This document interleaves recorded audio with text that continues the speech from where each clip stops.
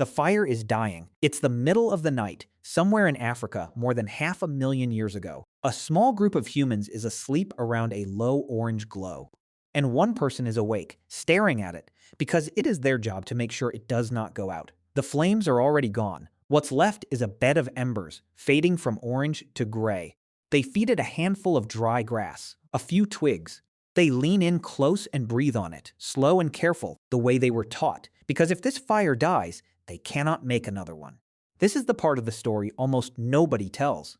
When we imagine ancient humans in fire, we picture someone striking two stones together, catching a spark, and grinning as the flames catch. We imagine the invention of fire as a single triumphant moment. It wasn't. It wasn't anything like that, because humans had fire for nearly 1,000,000 years before they could make it. Let that sink in. The two things, having fire and being able to create fire, are separated by an almost unimaginable stretch of time. And everything strange and desperate about the early human relationship with fire lives inside that gap. In a cave called Wonderwork in South Africa, archaeologists found burned bone and ashed plant material sealed in sediment 1,000,000 years old. Human ancestors, probably Homo erectus, were using fire that long ago. That part is well established. But the ability to make fire, to start one from nothing whenever you wanted, is far younger. The clear evidence for that is only a few 100,000 years old. For the vast majority of the time our ancestors had fire, they had no way to produce it. So where did their fire come from? They didn't make it. They found it. A lightning strike hits a dry tree and sets the grassland ablaze. A wildfire sweeps across the plain. And somewhere nearby, a group of humans does the single most important thing their survival depended on. They walk toward the flames that every other animal is running from. They take a burning branch, and they carry that fire home, and then they never let it go out. This is what life was like for hundreds of thousands of years. Fire was not a tool you owned.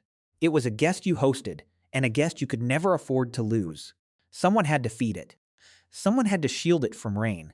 Someone had to carry it, still burning, when the group moved to new ground, a glowing ember nursed inside a cradle of bark or moss, hour after hour, day after day.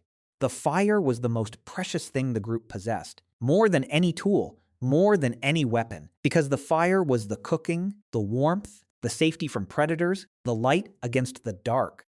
And if it died, you didn't lose a convenience, you lost everything, all at once. Imagine that night. The embers fade to gray, the last spark winks out, and there is nothing you can do. You cannot will it back. You can only sit in the sudden cold and the sudden dark and understand that you now have two choices. Wait, maybe months, maybe years, for lightning to deliver fire to you again. Or send people out across dangerous country to find another group of humans and hope they still had their flame and hope they would share it.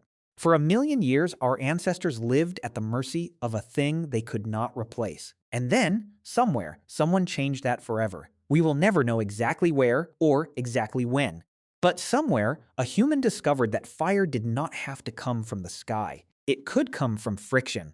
From a hardwood spindle spun against a softwood base, fast enough, long enough, until the heat built and the dust at the bottom began to smoke. Or from a particular stone struck against iron-rich rock, throwing a spark into a nest of dry tinder. Picture the first time it worked. Someone is spinning a stick between their palms, doing something that had probably failed 100 times before. A thread of smoke rises. Then a glow. Then, cupped in their hands, from nothing, from their own effort, their own knowledge, a flame. That person was holding something no ancestor before them had ever held, not fire. People had held fire for 1,000,000 years. They were holding fire they had created.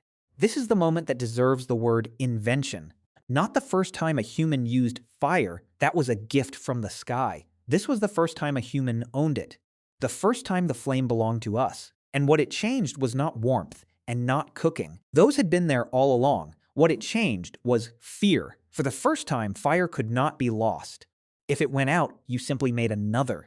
The terror that had sat beside every hearth for 1,000,000 years, the dread of the dying ember, was gone. A group could split apart, and each half could carry the knowledge to make its own fire. They could cross rivers, deserts, mountains, move into cold and empty land no human had ever survived in, and bring the power of fire with them, locked not in a fragile ember, but inside their own hands. fire stopped being a place you returned to. It became something you carried inside you, everywhere, forever. Every campfire, after that, every forge, every engine, every furnace that smelted the metal of every city you have ever stood in, all of it traces back to that one anonymous person's spinning a stick, refusing to give up, watching the smoke rise. You have probably never thought about it, but there is a flame you can summon in half a second anytime you want with a flick of your thumb. A lighter, a match, a knob on a stove. For a million years, that would have looked like the most powerful magic a human could possess. The end of the longest fear our species ever carried. And now it's just the quiet click you barely hear before the coffee goes on.